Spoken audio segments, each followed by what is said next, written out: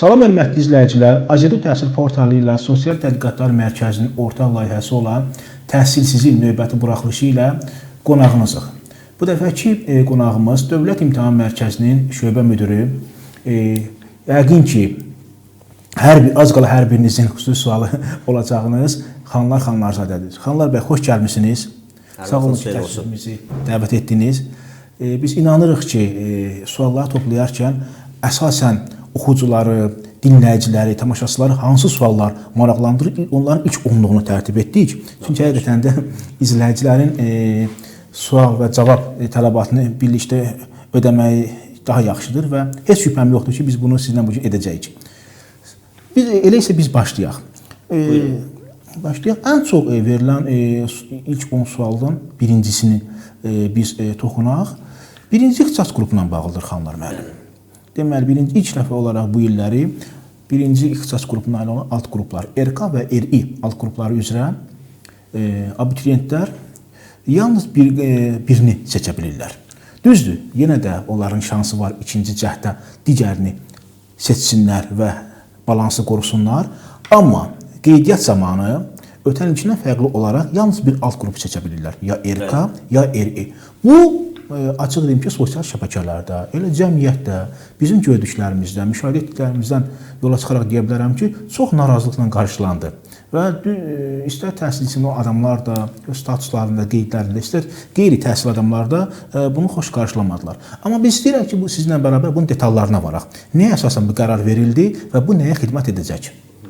Çox sağ olun, Elmin müəllim. Minnətdaram sizə. Mən də sizin tamaşaçılarınızın, dinləyicilərinizin suallarını cavablandırmaq üçün əlbəttə xoşdur. Nə sual varsa, təbii biz özümüz də izləyirik sosial şəbəkələri, özümüz də çalışırıq ki, cavabları vaxtında verək. Amma bizim üçün də belə bir fürsət yaratdığınıza görə minnətdaram ki, sizin platforma vasitəsilə də öz fikirlərimizi biz cəmiyyətə, insanlara, abituriyentlərə çatdıra bilək. Doğru qeyd edirsiniz. Birinci ixtisas qrupunda bilirsiniz ki, orada 2 alt qrup var. Ümumilikdə belə alt qruplar 3-cü ixtisas qrupundadır, bir də ki, 1-ci ixtisas qrupunda və orada müəyyən ixtisaslar həmin o alt qruplar üzrə cəmləşdirilibdir. 1-ci ixtisas qrupunda riyaziyyat kimya və riyaziyyat informatika yönümlü ixtisaslar var. Burada abituriyentlərə seçim verilir ki, onların hər ikisini seçsinlər və yaxud da ki, 2 alt qrupdan birini seçsinlər. Və gələcəkdə müsabiqədə, indi o müsabiqə nəticələrindən asılı olaraq hər ikisi üzrə və yaxud da ki, yalnız birini seçiblərsə, birinə aid olan ixtisasları yaza bilsinlər. Burada dəyişiklik nə ilə bağlıdır? Əslində, abituriyentlərin, bəzən indi mən özüm də oxuyuram ki, onlar deyirlər ki, siz bizim imkanlarımızı məhdudlaşdırmışsınız. Ancaq yenə də abituriyentlərə icazə verilir ki, qəbul imtahanlarının ikinci mərhələsi 2 dəfə keçirilir və onun birində tutaq ki, RK-nı seçsinlər, əgər onların belə bir məqsədi varsa və yaxud da ki, digərində RI-ni seçsinlər. Ola bilsin ki, indi kimsə bu hər iki seçim zamanı hər iki cəhdə yalnız birini seçsin. Tutaq ki, RI üzrə, yəni riyaziyyat informatika üzrə əgər o hazırlaşırsa, imtahan verirsə, onları seçə bilər. Yenə də bu hüququndan elə bil ki, 2 dəfə istifadə eləmiş olar. Ancaq statistika nə göstərir? Biz indi bunu bir neçə ildir tətbiq eləyirik. Burada o təcrübə göstərir ki, abituriyentlər hər iki alt qrupu seçirlər və onlar yekunda isə, ixtisas seçimi zamanı isə yalnız birinə aid olan ixtisasları qeyd edirlər. Yəni, süni olaraq deyək ki, hər hansı əlavə olaraq bir alt qrupu seçirlər. Ola bilsin ki, bu adam riyaziyyat informatika üzrə olan ixtisaslara qəbul olmaq istəyir, amma o həm RI-ni, həm RK-nı seçir, gedir imtahanda iştirak edir və əlavə olaraq informatikadan imtahanı verir. Amma ixtisas seçimi zamanı o riyaziyyat kimiyaya aid olan ixtisasların heç birini ərizəsində yazmır, qeyd eləmir. Yalnız RI alt qrupuna aid olan? Yalnız RI alt qrupuna aid olan, deyək ki, ixtisasları öz ərizəsində qeyd edir. Yəni, süni olaraq belə deyək də bu imkandan onlar istifadə edirlər. Ona görə də mərkəz tərəfindən belə bir qərar verilib ki, yenə də sənə o seçim imkanı verilir, amma 2 cəhdin tutaq ki, birində riyaziyyat informatika, birində isə riyaziyyat kimyanı seçə bilərsən. 3-cü qrupda belə hal yoxdur. Yəni, 3-cü qrupda bilirsiniz ki, orada DT və TC alt qruplarıdır. TC alt qrupuna cəmi orada 2 ixtisas var, beynəlxalq münasibətlər və regionşünaslıqdır. Yəni sual verə bilərlər ki, nəyə görə 3-cü qrupda bu tətbiq olunmayıbdır. Ona görə ki, orada hansısa belə bir sui-istifadə halları yoxdur ki, kimsə hər iki qrupu seçsin və yekunda ixtisas seçimi zamanı ona aid olan ixtisasların heç birini qeyd eləməsin. Yəni əlavə imtahan yükü yaradır. Dövlət İmtahan Mərkəzinin imtahan qrafiki sıxdır. İstər-istəməz sən əlavə o seçimi eləyirsən və Dövlət İmtahan Mərkəzi tərəfindən əlavə olaraq tutaq ki, informatika və yaxud da ki, əlavə olaraq burada coğrafiya fənni üzrə imtahan təşkil olunur. Yəni həmin bu yükdən də azad olmaq üçün və eyni zamanda o abituriyentlərin o süni seçimlərinin qarşısını almaq məqsədi ilə yalnız bir cəhddə 2 alt qrupu seçə bilmirlər. Amma hər iki cəhddə istədikləri onlar seçim eləyə bilərlər. Bu onların elə bir ki, nəsə yekunda təsir göstərməyəcək. Çünki bilirsiniz, burada əvvəllər bu çağırış nədən ibarət idi?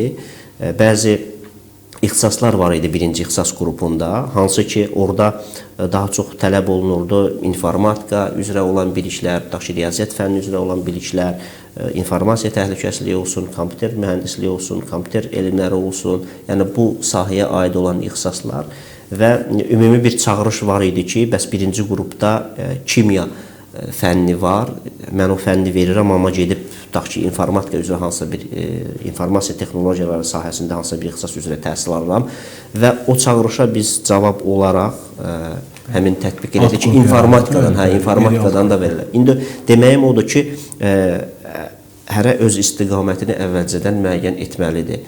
O riyaziyyat kimya üzrə tutaq ki, getmək istəyir, daha çox onu maraqlandırır və yaxud riyaziyyat informatika üzrə onu maraqlandırır ixtisaslar. Yenə də biz məhdudlaşdırmamışıq, hərəsində fərqli seçə bilərlər. Hər cəhdə, amma burada xanımlar, mən müdürsüm daxil eləsi olacam. Amma burada başqa bir problem üzə çıxır. Problemi mən dırnaq arasında deyirəm, nəyə görə? Çünki bu kimsə tərəfindən problem kimi qarşılanır. Cəhdlər arası sualların qəlizliyi. Məsələn, siz dediniz ki, bəli, biz məhdudlaşdırmırıq. Birinci cəhdə erkanı seçən, ikinci cəhdə yerini seçə bilərlər. Amma uzun illər deməyək, bir neçə ildir ki, belə bir qəlibə fikir yaranıb. İstər buraxılış imtahanlarında, istər blok imtahanlarında bildirilir ki, sanki birinci cəhd daha asan idi, ikinci cəhd çətin idi. Adi buraxılış imtahanlarında biz bunun şahidi olduq. Belə bir tendensiya yaranmışdı ki, 9 martda keçirilən buraxılış imtahanları ondan bir həftə əvvəl 2 mart tarixində keçirilən buraxılış imtahanlarından sualların çətinlik səviyyəsinə görə qəliz idi. Yəni, istədik ki, həm buraxılış həm də blokla bağlı deyilən bu fikirləri də aydınlıq gətirək. Bu məsələni də bəli, sosial şəbəkələrdə yazırlar. Ancaq əslində imtahanda iştirak edən adamların sayı nə qədər, tutaq ki, buraxılış imtahanları 116 min adam bu imtahanlarda iştirak edibdir. Sosial şəbəkələrdə onun çox az bir hissəsi nəsə fikrini bildirir, nəsə yazır. Deməyim odur ki, ondan istifadə eləməklə ki, tutaq ki, bunu qohum olsun, qonşu olsun və yaxud mənim bir yaxınım olsun, onun fikri belədir ki, bu imtahan asan idi, bu imtahan çətin idi, ona əsasən ümumi qənaətə gəlmək doğru deyil. Çünki Dövlət İmtahan Mərkəzi tərəfindən hər il abituriyent jurnalının 12 saylı buraxılışı deməli ictimaiyyətə təqdim olunur və orada biz bütün imtahan nəticələrini biz təhlilini təqdim edirik. Bəli, elmi statistik. Həm buraxılış var, həm qəbul imtahanları var, magistratura olsun, rezidentura olsun, dövlət qulluğu olsun, dövlət qulluğu üçün ayrıca biz jurnal hesabat dərc edirik. Yəni, bunların hamısını biz elmi statistik təhlilini aparırıq və orada da biz görürük ki, bu müxtəlif zonalar olsun, məsələn, martın 2-si olsun, martın 9-u olsun, onların o klassik test nəzəriyyəsinə əsasən o testlərin etibarlıq əmsalları yoxlanılır və orada da 1-ə yaxında 0,9-dan yuxarı olur onların o əmsalları. Bu bizi tam əmin eləyir ki, o zonalar üzrə və yaxud da ki, imtahanın birinci cəhdi olsun, ikinci cəhdi olsun, bunların arasında hansısa bir fərq yoxdur. O statistik xəta payı çərçivəsindən kənara çıxmır. Yəni, bax, fərq yalnız o ola bilər ki, hansısa o da buna icazə verilir. Yəni, o statistik xəta payı çərçivəsindən kənarlaşma olmur. Bundan tam əmin ola bilərlər. Bir o var, indi ümumi o yazılan fikirlər olsun, amma bir o var, rəsmi olan bizim statistik göstəricilərimiz olsun. Açsınlar, baxsınlar, məsəl üçün 2023-cü ilin olan nəticələr bizim saytımızda yerləşdirilibdir. 2024-cü ildə olan imtahan nəticələri də elə yeri gəlmişkən yaxın vaxtlarda bu təqdim olunacaqdır. Bax, o müqayisəyə baxsınlar. Yəni, biz onu təqdim eləmişik ki, vahid o texniki tapşırıq əsasında hazırlanır. Burada vahid tədris proqramı var, vahid dərslikdir. Yəni, fərq ola bilməz, dəyişkənlik ola bilməz. Yəni, bu mümkün olan bir şey deyil. Və dediyim kimi, elmi olaraq onlar o 0,9, yəni 0,93, 0,97, bax, belə bu aralıqlarda, bu hüdudlarda onların o etibarlığı, onların o korrelyasiyası təşkil edir və ona görə də mən abituriyentləri tam əmin edə bilərəm ki, hansısa bir narahatlıq keçirməsinlər, hansısa bir tutaq ki, orada amil yoxdur ki, onların nəticələrinə təsir göstərsin. Xanlar müəllim, bu imtahanların qəlizliklə bağlı qeydlərdə adətən belə bir fikrin də şahidi oluruq ki, insanlar bildirir. Qəbul imtahanlarına olsun buraxılış və blok fərq etməz düşən suallar tədris proqramında olmayan suallardır. Təbii ki, siz bunu mən bilirəm ki, əsaslandıracaqsınız, amma istərdik ki, sizin də vasitənizlə biz bunu ictimaiyyətə çatdıraq ki, belə bir şey mümkün deyil. Çünki məzmun standartları var, Elm və Təhsil Nazirliyinin təsdiq etdiyi məzmun standartları var. Dövlət İmtahan Mərkəzi sualları hazırlayan zaman həmin məzmun standartlarından kənara çıxmır. O istiqamətdə suallar hazırlayır. Madam belədirsə, xanlar müəllim, bizim əvvəlcə öz adıma deyim ki, bizim buna qəti şübhəmiz yoxdur. Amma madam belədir, o zaman niyə görə suallar bizim sıravi abituriyentlərimizə bu dərəcədə, demirəm qəliz, fərqli görünür? Axı, həmin bu suallar onların oxuduğu məktəbin tabi olduğu tədris proqramına uyğun hazırlanıb. Bəli, çox sağ olun bu suala görə. Dövlət İmtahan Mərkəzi tərəfindən biz qeyd elədik ki, bütün o statistik təhlillər jurnallarımızda təhlil olunur və təqdim olunur ictimaiyyətə. Eyni zamanda orada imtahan iştirakçılarının orta statistik göstəriciləri, bir orta statistik imtahan iştirakçısı nə qədər bal toplayıbdır, onların o tədris proqramını mənimsəmə səviyyəsi hansı göstəricilərə əsaslanır. Bax, bunların hamısı var. Siz söhbətimizin əvvəlində vurğuladınız. Doğrudan da biz tədris ilinin əvvəlində proqramı ictimaiyyətə təqdim edirik. Yəni, sentyabr ayında artıq imtahan iştirakçıları bilirlər ki, onlar hansı proqram əsasında suallara cavab verəcəklər. Həmin o proqramı da çox vaxtı deyirlər ki, fərqli bir proqramdır. Belə bir təəssürat yaratmağa çalışırlar, çox təəssüf ki.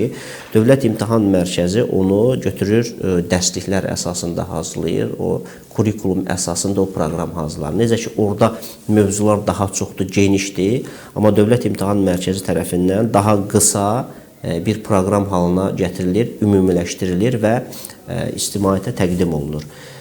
Bu birinci.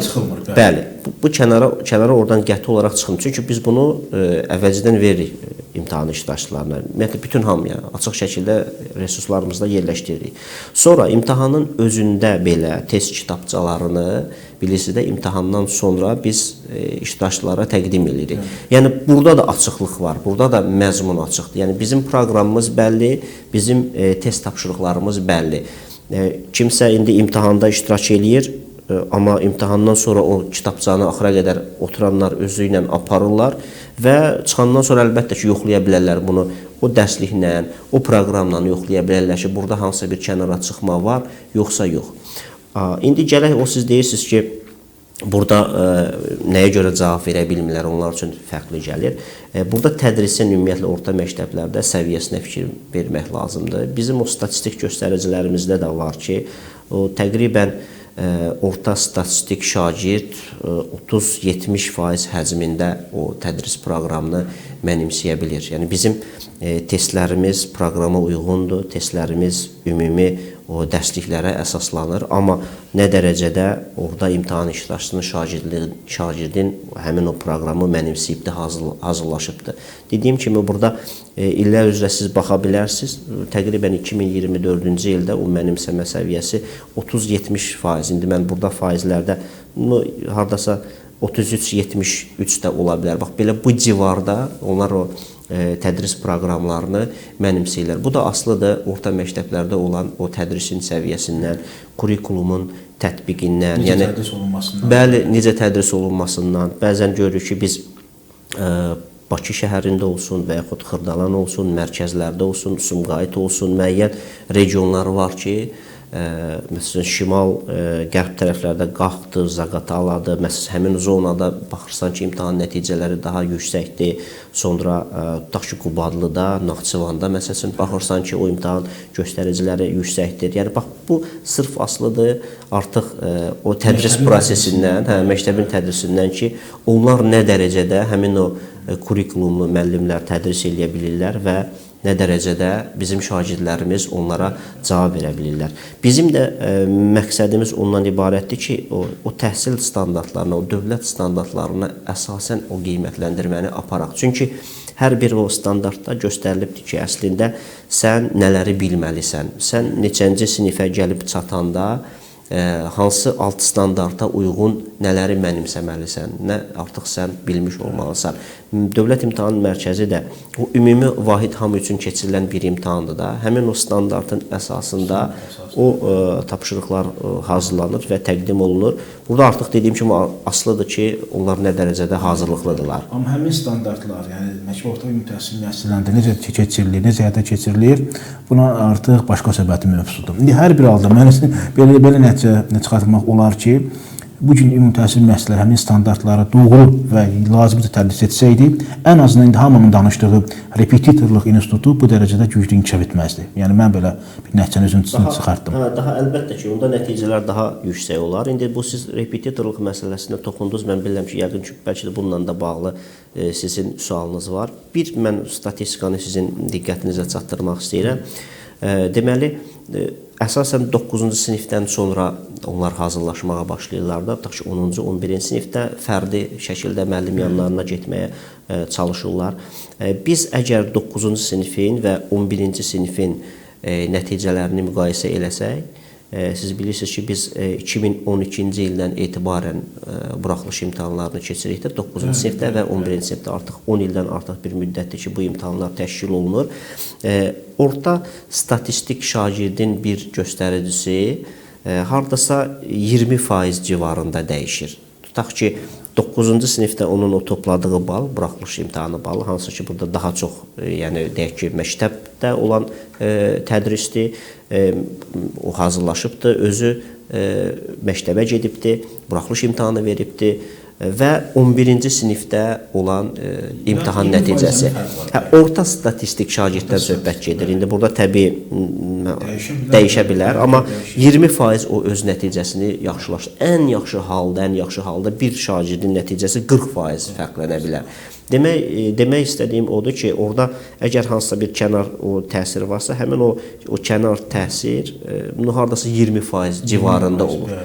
Çünki hər iki nəticəni biz təqdim edirik, həm 9-da, həm 11-də. Məsəl üçün, 2024-cü ildə orta statistik bir şagirdin bu buraxılış imtahanları üzrə orta balı biz deyək də fənlər üzrə baxsaq, hardasa 132, mən baxdım 132,9 baldır. Yəni 300 baldan hər fən üzrə 100 bal toplayırlar. 132,9-dur. Orta statistik şagird bir bal toplayır 11-ci sinifdə. Ona biz 9-cu sinifdə baxanda hardasa 113 tam, bax belə 113 bal o civarındadır. Və ümumi statistikada belədir ki, o 20% öz nəticəsini yaxşılaşdıra bilir. Ona görə də burada fikir vermək lazımdır. Yüklənmək lazım deyil. Tutaq ki, kimsə 10-cu sinifdə, 11-ci sinifdə bu uşaq müəllim yanına gedəcək və onun nəticələri kəskin formada artacaq. Yəni, bizim bu valideynlərimizdə də əslində doğru olmayan bir düşüncə var. Əslində, bu aşağı siniflərdən, ibtidaidən tutmuş insan öz üzərində işləməlidir, oxumalıdır, hazırlıqda tutaq ki, öz üzərində hazırlığını keçməlidir. Yoxsa sən ümid elə ki, mən sonra fərdi hazırlığa gedəcəm, nəticə mənim yaxşı olacaq, yox, olmayacaqdır. Lap əvvəldən bu prosesə özü üzərində çalışmalıdır, özü hazırlaşmalıdır. Çox təşəkkür edirəm. Mən hörmətli tamaşaçılar demək istəyirəm ki, hörmətli izləyicilərimiz, yəni belə bir nəticəyə gəldik ki, Dövlət İmtahan Mərkəzinin apardığı elmi statistik təhlillərə görə illərdir təhsilimizdə aparıcı qüvvəyə çevrilən repetitorluğun bir şagird üzərində orta statistik xidməti deyək, faydalılıq göstəricisi 20%-dir. Orta statistik, bəli.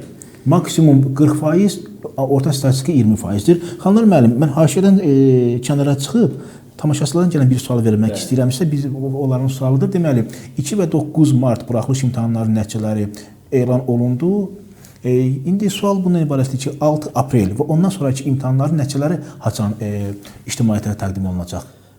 Biz bunlarda bilirsiniz ki, yazılı cavab tələb edən tapşırıqlar istifadə olunur. Orada 85 tapşırığın 24 tapşırığı yazılı cavab tələb edən test tapşırıqlarıdır. Əslində mən buna da elə toxunmaq istəyirəm. Nəyə görə? Bəzən deyirlər ki, test əzbərçiliyi insanlarda formalaşdırır, insanlar daha çox əzbərçiliyə meyil göstərirlər. Yəni belə fikirlər səsləndirilir. Ancaq burada 85 tapşırığın 24 tapşırığı açıqdır və hansısa bir orada sənin üçün cavab bəndləri yoxdur. Yəni bu o deməkdir ki, sən nə isə bilirsənsə, sən onu artıq yazmalısan, sən onu artıq yaza bilərsən. Və orada da özü də biz onu hansısa bir mərhələyə qədər əgər sən yazmısansa, ona da bal veririk. Bu qapalı tipli tapşırıqlarda belədir ki, konkretdir də, ya hə, ya yoxdur, ya düzdür, ya səhvdir. Amma yazılı cavab tələb edən tapşırıqlarda 3də 1 bal, 3də 2 bal, yəni və yaxud yarım bal, bax belə vermə imkanına biz malik ki, əvvəlcədən də meyarları biz elan edirik ki, bax bu meyarlara əsasən sənin bu qiymətləndirmən aparılıbdır. Deməyim odur ki, bax burada bu artıq tətbiq olunur. 85 tapşırığın 24 dənəsi yazılı cavab tələb edən tapşırıqdır və bizə bu imkan yaradır ki, o şagirdlərin bacarıqlarını daha dəqiq şəkildə, daha elə bir ki, korrektdə. Açıq sualların artma ehtimalı varmı? Yox, hələlik bu sayda nəzərdə tutulubdur. 85-in 25-ə nisbətində. 24, yəni 24-də. Hansısa bir dəyişiklik nəzərdə tutulmayıbdır. Olursa biz onu daha öncədən elan edirik ki, belə bir tutaq ki, hansısa bir fikrimiz var ki, onların sayında bir dəyişiklik aparaq.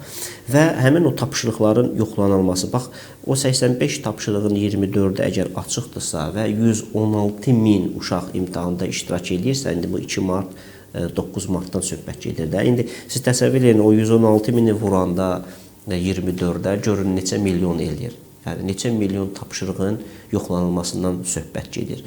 Yəni milyonlarla orada tapşırıq yoxlanılır. Bəzən bizi günahlandırırlar ki, siz nəticələri niyə tez vermirsiniz, niyə onlar tez açıqlanmır? Məsəl üçün, indi təqribən 1 ay çəkdi də 2-9 martın nəticələrinin elan olunması və 2 dənə müəllim onları yoxlayır. Yəni 2 fərqli müəllim onların, onlar markerlər biz deyə bilərik, onlar yoxlayırlar.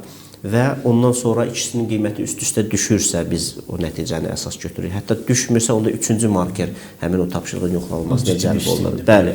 Ona görə də məsələn bu 6 apreldə də biz təqribən elan eləmişdik 5 həftə ərzində. İndi biz buraxılış imtahanlarında da bir 4 həftə, 1 aya nəticələri təqdim edə bildik. Ona görə də mən güman eləyirəm ki, indi 6 apreldə imtahan olubsa təqribən 1 ay müddətində, may ayının indi 6-sına qədər, mayın 7-sinə qədər, həmin o dövrlərə qədər biz artıq nəticələri təqdim eləyəcəyik. Eyni zamanda 9-cu siniflərin də imtahanları keçirilibdir. 13 aprel, 20 aprel, 27 aprel tarixlərində həmin o imtahanların nəticələrini də biz elə nəzərdə tutmuşuq ki, 5 həftə ərzində bunların hamısının səbəbi o yazılı cavab tələb edən tapşırıqların yoxlanılmasıdır. Ondan sonra onları yoxlamaq lazımdır. Onları insan yoxlayır. Və bunu da tətbiq eləməkdə məqsədimiz odur ki, daha dəqiq qiymətləndirmə aparaq. Kurikulumda əslində mahiyyəti nədir? Bacarıqlı insan yetişdirmək, bir şəxsiyyət yetişdirmək və burada biz məcburuq ki, həmin o tapşırıqları istifadə eləyək ki, görək nə dərəcədə onların təhlil etmə qabiliyyəti var, nə dərəcədə yazı qabiliyyəti var. Məsəl üçün, xarici dil üzrə biz yazı qabiliyyətini ölçmək üçün bu illəri yenilik eləmişik. Orada 9-cu siniflərdə. 9-cu siniflərdə orada onlar şəkil verilir, 3 dənə şəkil. O şəkli bir təsvir edirlər, balaca bir hekayə qururlar. Yəni az saylı. Balaca, yəni elə də həcmi çox deyil, amma istər-istəməz yəni bunu tətbiq eləyəndə onlarda artıq bu bacarıqlar formalaşır. Sən öz üzərində işləyirsən, sən o baxırsan o tapşırığa, bilirsən ki, belə tapşırıq bu modeldə sənə test düşə bilər və sənin o yaradıcılıq imkanlarını da genişləndirir. Xanlar müəllim, elə ona toxunacaqdıq. Bu illər edilən əsas yenilik 9-cu sinifin buraxılış imtahanlarında xarici dil predmeti üzrə oldu. Dediyiniz bu esse, foto formatlı suallar. Ümumilikdə istər 9, istər 11 fərq etməz. Buraxılış və blok imtahanları qəlbində yaxın gələcəkdə başqa hansı yeniliklərin tətbiqi nəzərdə tutulur? Məsələn, bu 9 sinifdə olan bir yenilik idi və bu maraqla qarşılandı. Ümumilikdə bu imtahan prosesi hansı modeldə nə kimi yeniliklər olacaq?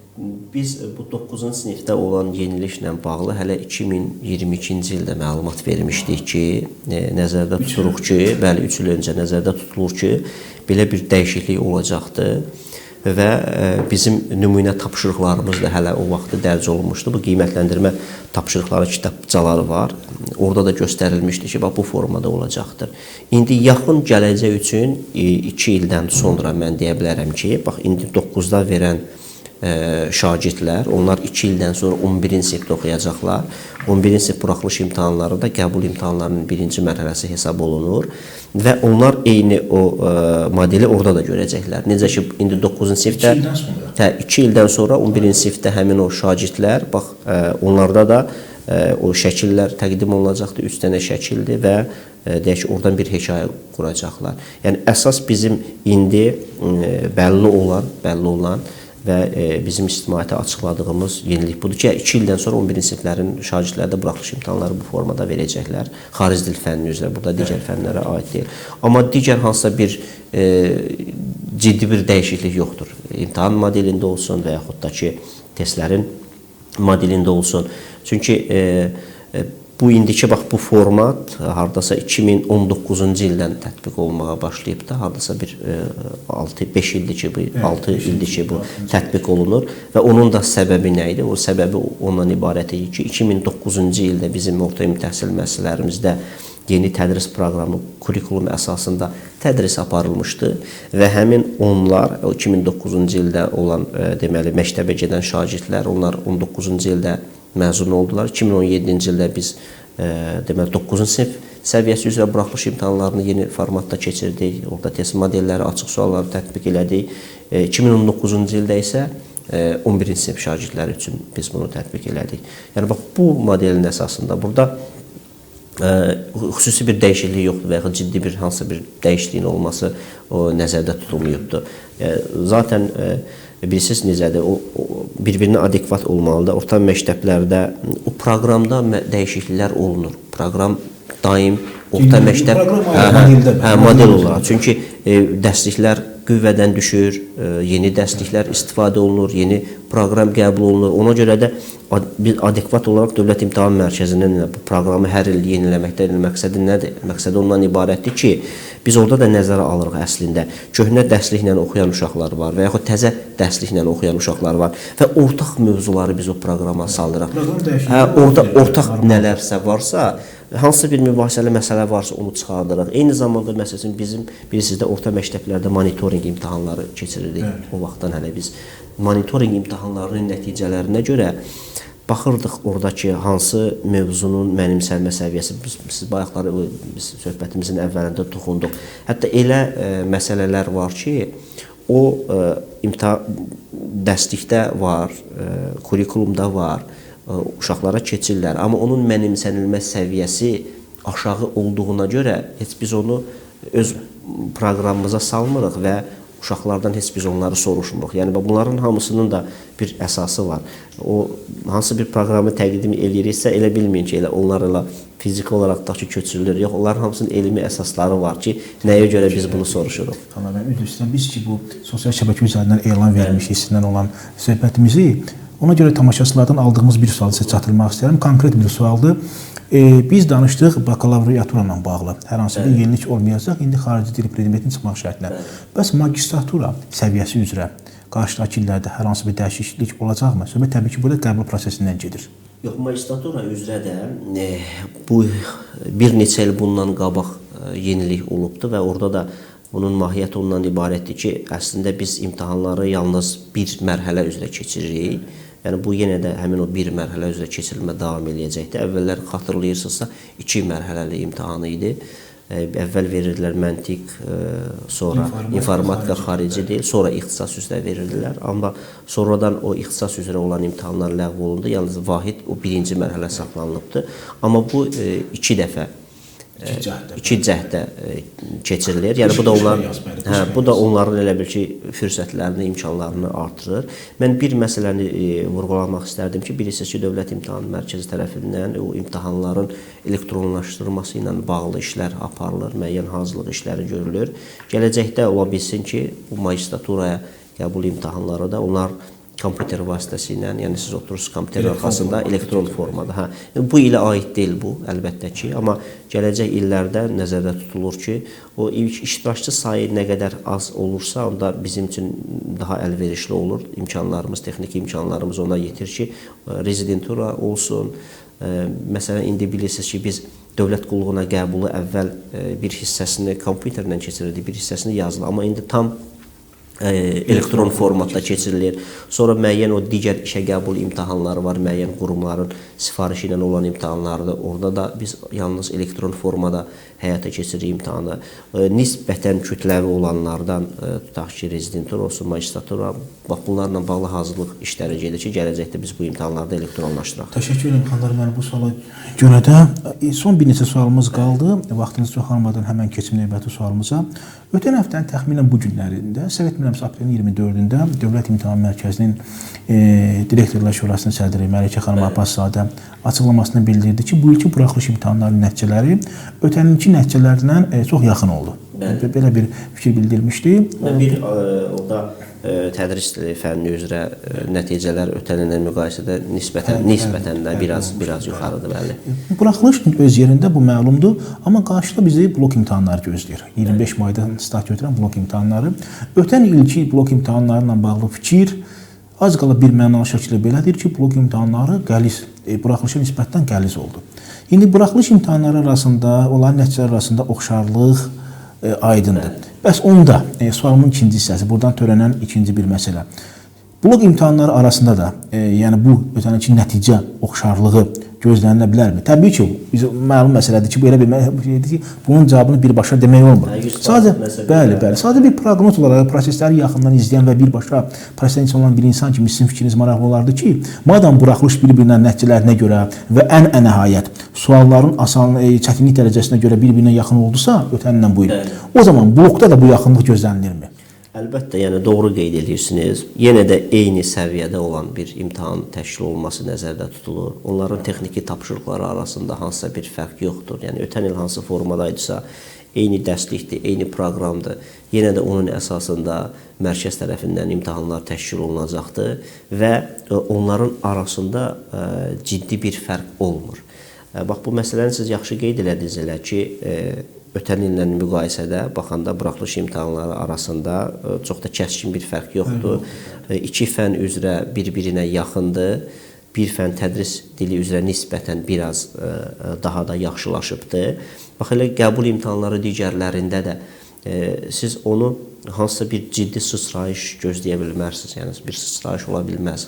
Bəzən görsən ki, hansısa bir fən üzrə nəticə nisbətən yaxşılaşır.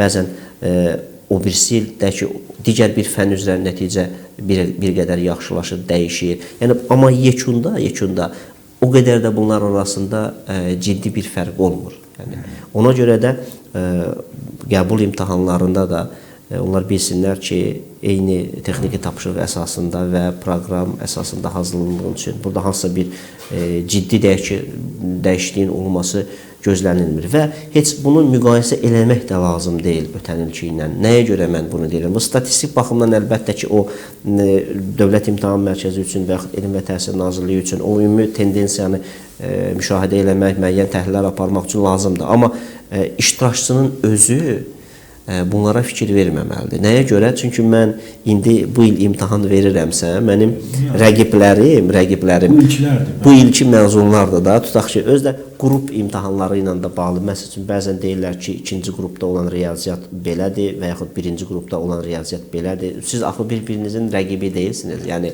ona fikir vermək lazımdır. Yəni, məsələn, mən elmi abituriyentam 11-ci sinifdə oxuyuram, imtahan verirəm və belə bir təhlil aparıram. Ötən ilin buraxılış imtahanları deyilənə görə çox da çətin təşkil olunmamışdır və bu ildə bu davam elədi. Blok imtahanları isə çətinlik dərəcəsinə görə buraxılışdan nisbətən fərqlənirdi. Avtomatik bu demək ki, deməli bu ildə blok imtahanları əvvəlki kimi çətinlik dərəcəsini saxlayacaq və bu məndə biraz psixoloji narahatlıq yaradır. Yəni bu Aydındır, aydındır. əslində mən çoxsaylı oxucunun fikrini deyirəm. Bu mənə birbaşa Aydındır. Ümumiyyətlə buraxılış imtahanları bilirsiniz ki, həm də yekun attestasiya imtahanıdır. Burada şagirdlərin qiymətləndirilməsi aparılır və onlar onun əsasında attestat alırlar. Buraxılış imtahanlarının məzmunu elə layihələndirilir ki, orada biz daha çox zəif və orta bilikli şagirdləri bir-birindən fərqləndirə bilirik. Daha yüksək hazırlığa malik olan şagirdləri heç də buraxılış imtahanlarında ayırmaq olmur bir-birindən. Amma qəbul imtahanlarında, bəli, onların məzmunu biz o çətinlik dərəcəsini müqayisə eləsən, ikisini müqayisə eləsən, artıq bizim orada, çünki bu bir müsabiqədə eyni zamanda, yəni burada bizdən seçim etmək tələb olunur, müəyyən bir plan yeri var, həmin o plan yerlərinə nə qədər adam müraciət edibdir və biz oradan seçim etməliyik. Məsəl üçün 100 plan yerimiz var, 500 nəfər var, biz o 100-ünü seçməliyik, 100 ən yaxşı biləni seçməliyik. Ona görə də qəbul imtahanlarında, bəli, onlar buraxılışa nisbətən bizim artıq müəyyən deyək ki, çətin tipli tapşırıqlar istifadə olunmaqla müəyyən həcmdə, yəni bu da insanları məsələn qorxutmasın, çəkindirməsin. Çünki biz o daha yüksək hazırlıqlı olan şagirdləri, abituriyentləri də bir-birindən fərqləndirməliyik. Sən onlara eyni şeyi tapşırıq versən, onlar o eyni tutaq ki, balı toplasalar, bəs necə onda sual ortaya çıxmayacaqmı ki, bəs bunları biz necə bir-birindən fərqləndirək? Ona görə də istifadə olunur müəyyən qəbul imtahanlarında da müəyyən tapşırıqlar və bizə həmin o tapşırıqlar imkan verir ki, xüsusilə yazılı cavab tələb edən tapşırıqlar, bilirsiniz ki, onların ümumi cavablandırma faizi hazırlıqlı uşaqlar onlara daha çox cavab verirlər. Və onun əsasında biz artıq o yüksək hazırlığa, biliyə malik uşaqları da fərqləndiririk. Yəni eyni gözlənilir. Necə? Tutaq ki, ötən il bax siz deyirsiniz ki, nisbətən ondan daha ağır idi. Bəli, burada da qəbul imtahanında o buraxılışla müqayisə edəndə məzmun etibarilə ondan nisbətən ağır olur ki, biz daha yaxşı seçim apara bilək. Yəni bunun da məqsədimiz odur. Amma burada şagird ya abituriyent üçün hansısa bir narahatlıq nəyə görə olmamalıdır? Ona görə ki, o eyni şərtlər altında müsabiqəyə daxil olur digər uşaqlarla. Əgər imtahan çətindirsə, məsəl üçün mən bunu deyirəm də, sənin üçün də çətindir, mənim üçün də çətindir. İmtahan asandırsa, mənim üçün də asanddır, sənin üçün də asanddır. Yəni burada amma o tapşırıqlar, indi bizim orada məqsədimiz elə ondan ibarət deyil ki, biz çətin tipli tapşırıqlar istifadə edirik, uşaqlar yaza bilməsinlər. Yox, məqsədimiz ondan ibarət deyil. Elə təhlillərimiz də onu göstərir ki, sonraki o tapşırıqların səviyyəsi həmin o iştirakçıların səviyyəsinə yaxındır, onlara bir-birinə bərabərdir. Yəni elə tapşırıqlar istifadə edirik ki, cavab verə bilirlər. Yəni bunların hamısının statistik təhlilləri də aparılır. Və siz müsabiqədə iştirak edirsiniz, kim daha yaxşı hazırlaşıbsa, kim daha yaxşı oxuyubsa, o layiq olan balı toplayır. Yəni bu bir mənalıdır. Elə bir ki, sosial liftdir də, sən bunu imtahanı verirsən, bakalaviatura, sonra imtahanı verirsən, magistratura, sonra dövlət qulluğu.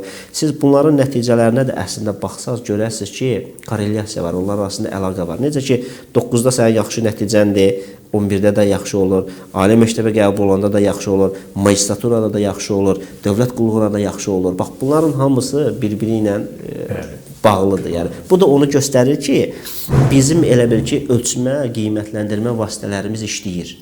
Yəni, doğrudan da biz imtahan iştirakçısının müəyyən edə bilirik ki, onun o bilik və bacarığı hansı səviyyədədir. Yəni, o əlaqənin olması onu sübut eləyir ki, doğrudan da bu testlərin etibarlığı, bu testlərin validliyi standartlara cavab verir. Nə güzel. Xanlar, yəni vaxt məsələsində bizim son bir sualımız qaldı. Hər bir halda yəqin sizlə razılaşarsınız ki, hazırda ixtisas seçimi ilə bağlı deyilən məsələlər nə qədər gərgin səslənsə də, məsələn, ötən illə bağlı eşitmişik ki, ixtisas seçimində rəqabət çox güclü idi. Amma etiraf edək ki, məsələn, 2000-ci illərin əvvəlində, məsələn, harasa bir 10 il bundan əvvəlki rəqabətlilik indi daha yumşalıb.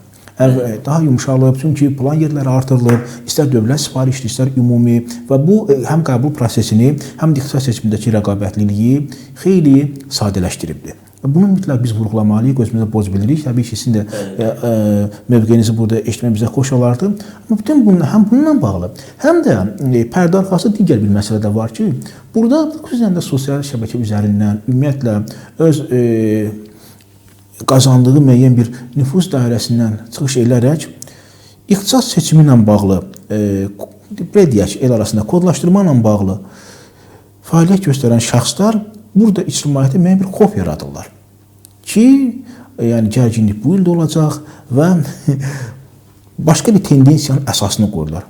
Hazırda ixtisas seçimi etməli olan 2 uşaqdan biri mütləq şəkildə özü müstəqil şəkildə yox, onlara müraciət edərək bu işi həyata keçirir. Və bunun biz müəyyən bir pərdəarxası məsələsinə baxır. Təbii ki, biz kimsənin işinə qarışa bilmərik, kimsə bu xidməti etməsin deyə bilmərik, bunun hüquqi əsaslandırmasını biz həyata keçirə bilmərik. Amma sırf tövsiyə xarakterli Dövlət İmtahan Mərkəzinin şöbə müdiri və proseslərinin ana mənbəsində olan bir şəxs kimi istədiyi sizin adınızdan 100 mindən çox olan abituriyentlərə, onların müəllimi valideynlərinə onları rahatlaşdıran, onlara tövsiyə xarakteri gələn, bəli, bir neçə qeydimizi çatdıraq və bu ilə də sağollaşaq. Çox sağ olun Elmi müəllim. Bu məsələyə yaxşı siz toxundunuz. Dövlət İmtahan Mərkəzi tərəfindən abituriyentlərə dəstək olmaq məqsədi ilə onların maarifləndirilməsi üçün bir xeyli işlər aparılır. Bax, bu ixtisas seçimini siz vurğuladınız. Biz burada bu nə üçün lazımdır? Dövlət İmtahan Mərkəzi abituriyentlərin imtahan nəticələrini dərc edir. 150 baldan 700 bala qədər olan o şkalada ki, onların yerləri təqribən hardadır? 10 ballıq intervallarla biz bunu ixtisas seçimindən öncə mərkəz tərəfindən bu dərc olunur. Bu o deməkdir ki, hər bir abituriyent baxa bilər və müəyyən edə bilər ki, nə qədər onun rəqibi var, nə qədər adam ondan çox bal toplayıbdır, onun deyək ki, rəqibidir və yaxud nə qədər adam ondan az bal toplayıbdır. Bax, belə bu broşuralar şəklində biz bunu ictimaiyyətə əvvəlcədən təqdim edirik. Bu, onlar üçün nəyə görə lazımdır? O keçid ballarını məsəl üçün daha çox soruşurlar ki, bu il keçid balı qalxacaq, bu il keçid balı artacaqmı və yaxud düşəcəkmi? Bax, bu da səslənir də istər-istəməz. Halbuki hələ heç vaxtı deyil, hələ imtahanlar, heç qəbul imtahanlar olmayıbdır. Yəni, bax, burada əgər abituriyent sayı artırsa, 2 dənə sadə parametrə fikir vermək lazımdır. Abituriyentlərin sayı, plan yerlərinin sayı.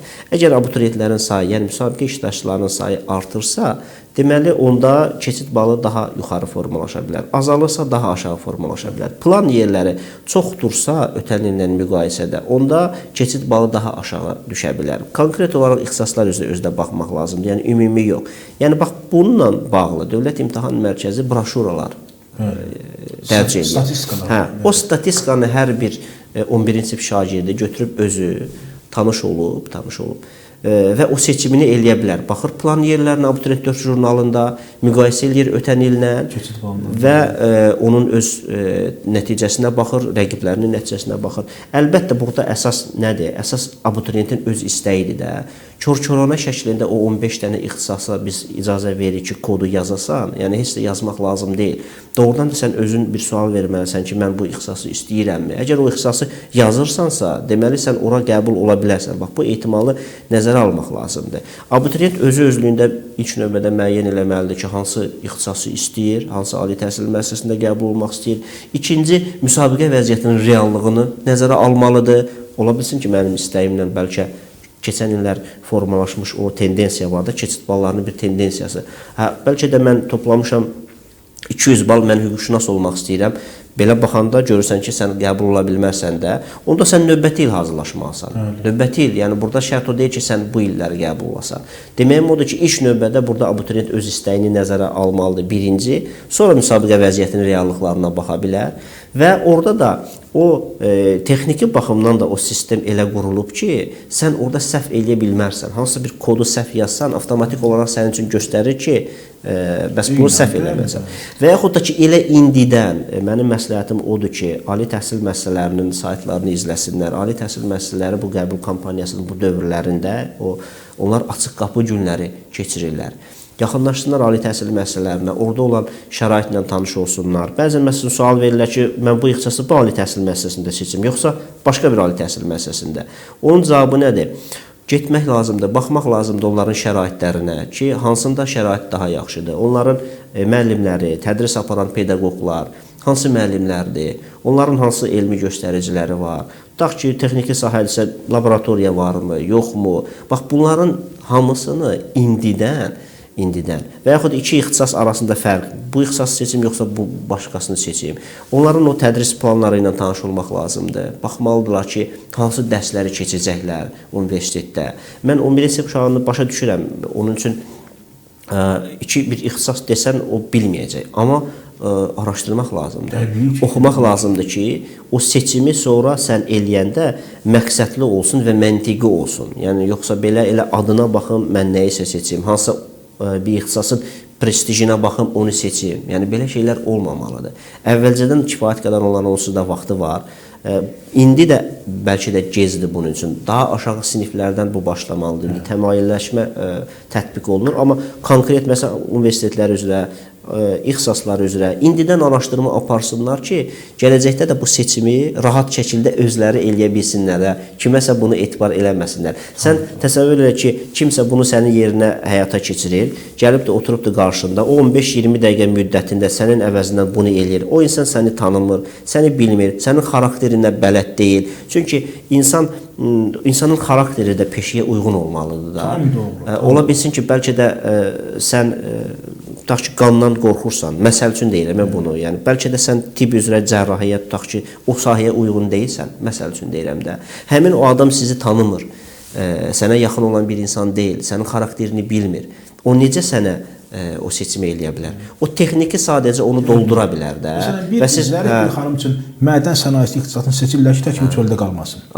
Belə yanaşma, əlbəttə ki, bunlar faydalı deyil və onların o gələcəkdə o universitet illərinin puç ola bilər onlar üçün. Onlar bəzən olur, depressiyaya düşürlər. Məsələn, gəlir, hansısa bir ixtisasda yazıbdır, onu kimsə yazıbdır və görür ki, onun o idealları ilə üst-üstə düşmür və artıq onun üçün çətin olur. Ona görə də bax, bunların vaxtında sən bu addımları atmalısan ki, rahat şəkildə eləyə biləsən. Dövlət İmtahan Mərkəzinin abituriyent məsləhət mərkəzləri də var. Ən pis halda, mən deyirəm, birinci abituriyent özü eləməlidir, özü məşğul olmalıdır, özü ona vaxt ayırmalıdır, oxumalıdır. Özü də bunlar elektron hamısı həyata keçirilir də. Elektron olmaq o deməkdir ki, rahatdır. Sadəcə sən o texniki cəhətdən o proqramı mənimsəmək üçün sənə nə lazımdır? Bir yarım saat lazımdır, 15 dəqiqə lazımdır ki, biləsən ki, mən bunu hardan eləyəcəm, DİM-in saytında və hansı formada eləyəcəm. Onun üçün təlimatlar var. Təlimatlar var. Onu oxumalıdır, yəni bunu özü həyata keçirməlidir. Ən pis halda abituriyent məsləhət mərkəzlərinə, o da Dövlət İmtahan Mərkəzinin orada trening keçmiş əməkdaşlardır. Onlar daimi bizlə işləyirlər, daimi bizə suallarını verə bilirlər ki, onlara müraciət edə bilərlər ki, o da yenə texniki baxımdan onlara hansısa bir dəstək göstərsinlər. Amma yoxsa mən məsəl üçün gedim kiməsə deyim ki, sən mənə bu ixtisas seçimini həyata keçir.